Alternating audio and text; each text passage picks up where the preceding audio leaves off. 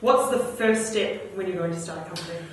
Well, I think it's just getting your idea right and making sure that you're solving a problem. So you've got to have a clear proposition there, and the proposition should be, why are people going to buy this from me or from us? And then not only that, but why will they buy it from us versus buying it from other people? And so you have to really have a real clear proposition. You have to solve a customer problem, and you have to be really clear around that before starting off. Because if you're not clear, then I think it's problematic from day one. And look, no one else will be clear either if that's the case. No one else. You must start by solving a problem. OPLing was, I need another set of hands in my home, and like as a parent, what parent doesn't constantly think that they need another set of hands in my home? And it makes it really hard. And with my food bag, it was, what am I having for dinner tonight? And so both of those are really clear questions that the business is solved.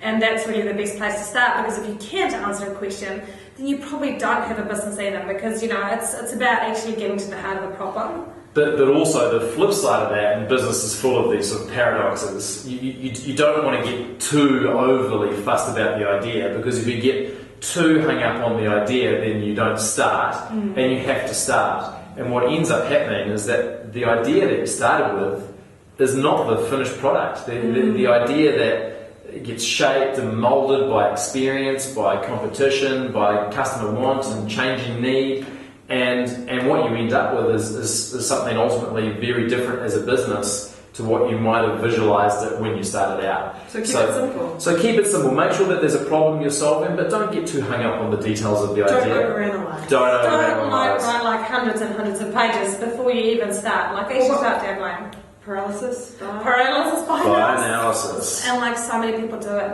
nowadays. I mean, it really is this, because there's so much information in the world, and you kind of also have to go like, well, actually, I'm going to make a decision and I'm going to go with this. And that can be quite hard sometimes, but you have to just go with it. So yeah.